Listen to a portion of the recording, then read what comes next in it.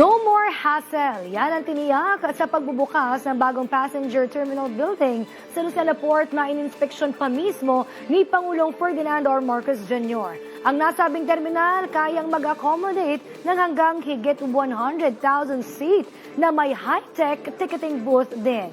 Si Harley Balbuena nakatutok. Mula sa masikip at maliit na terminal, ngayon ay mas malaki, komportable at modernong terminal ang naghihintay sa mga pasahero ng Port of Lucena sa Quezon. Ininspeksyon mismo ni President Ferdinand R. Marcos Jr.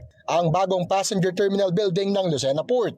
Mayroon itong seating capacity para sa 1,000 pasahero. Tampok din ang automated ticketing booths, malinis na comfort rooms, maayos na ventilation systems at iba pang amenities. Magagamit ito para sa mga biyaheng Lucena Masbate, Lucena Marinduque at Lucena Romblon.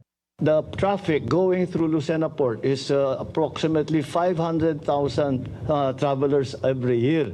Kaya kailangan talaga i-upgrade na yung ating mga facilities at saka maglagay tayo ng para matulungan ng ating mga traveling public. Mas maganda kasi maluwan ang pagbiyahe namin, ganun. Dati po talaga ay doon po ako sumasakay ng Batangas. Pero mas maganda kasi dito sa Lucena kasi mas malapit po. Pagdating namin dito, parang relax ka. Ang proyekto ay ginastusan ng mahigit 153 million pesos at magiging fully operational na ito bago ang undas kung saan inaasahan ng dagsa ng mga pasahero.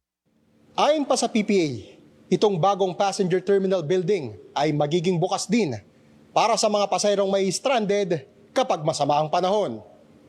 Nakikitang mapasisigla nito ang komersyo at turismo hindi lamang sa Quezon kundi pati sa mga katabing probinsya sa Region 4. Harley Balbuena, IBC News.